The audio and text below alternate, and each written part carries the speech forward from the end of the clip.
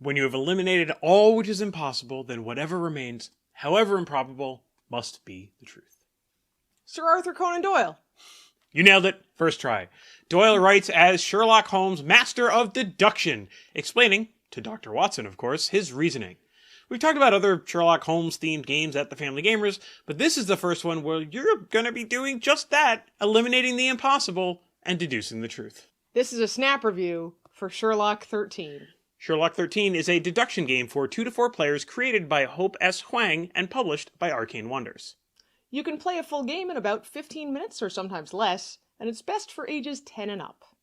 So what can we say about the art in Sherlock 13? This is a pretty small box, and there aren't a ton of components. There are 4 player screens, some paper sheets, and 13 cards. But wait! The player screens and the cards were illustrated by Vincent Dutrait. We love his art, especially for Victorian-era settings like this one. And like Jekyll vs. Hyde, which is one of our favorite games. The cards all have this cool silhouette on the back and one of the 13 characters on the front. Each one has 2 or 3 symbols on the bottom of the card. 4 player screens are all different on the outside too. And on the inside, they've got an illustration to show the 3 different actions a player can take on their turn. And that brings us into the mechanics. How do we play this game? No matter how many people you have, you start with giving each player a clue sheet and a player screen. Then, place a random card face down. This is the criminal that everyone is going to try to guess.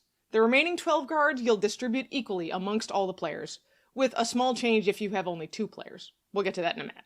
Every player looks at their hand of cards and records which suspects they have and how many of each icon they have. Now it's time to start guessing. On your turn, you can take one of 3 actions. Investigate, interrogate, or accuse. To investigate, name a symbol. All other players must raise their hands if they have any of that symbol. But they're not going to tell you how many they have. This is just a yes or no question. And the player asking does not need to indicate whether they have that symbol. To interrogate, ask a specific player how many they have of a specific symbol.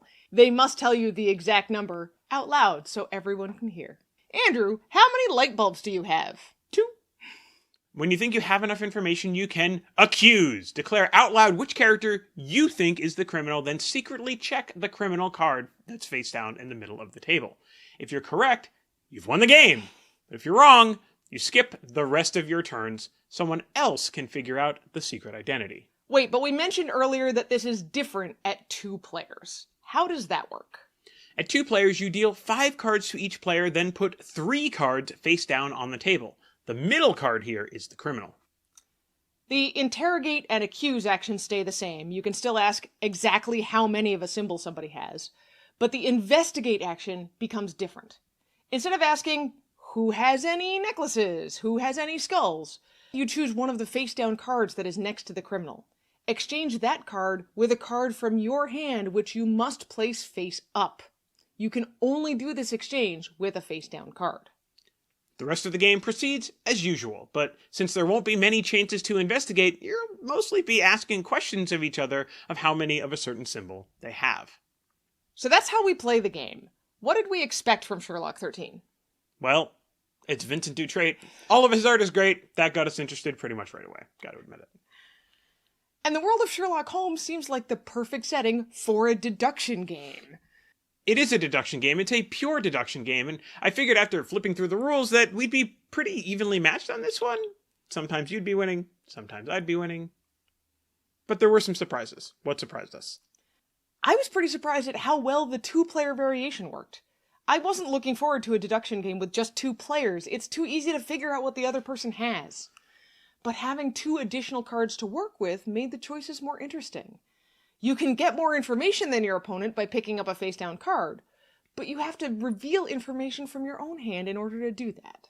For me, there were 2 things that surprised me. First, I thought the game was going to be a little bit more complicated than it is. Maybe it's the color palette and the Vincent Dutrait art, but I expected something that would have had more than basically just 2 things that you do on your turn.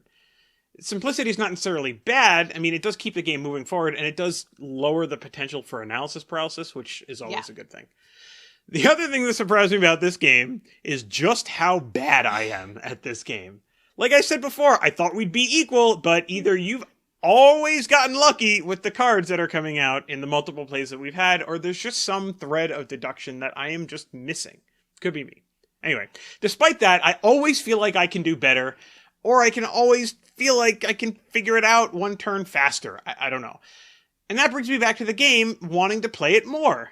Because it's so fast, the stakes don't feel so high, so I don't get quite as frustrated. For folks who really like deduction like me, but might find this game a little too easy, there's also a variation to make it much harder. Everyone answers the interrogate and investigate actions honestly, but without including the last card in their hand. Then you rotate the cards in your hand each round, so it becomes much harder to figure out what everyone else has. So Anitra, do we recommend Sherlock 13? We would generally recommend this game to anyone who wants a compact and fast deduction game with a grown-up theme. It feels just a little bit like Clue, because everyone is trying to deduce the same hidden criminal using mostly the same information. But that also makes it a little bit less family-friendly than it could be. If you're playing with kids, we'd actually recommend games like Deduckto or Dinosaur Tea Party instead. We're going to give Sherlock 13 3 suspects out of 5. And that's Sherlock 13 in a snap.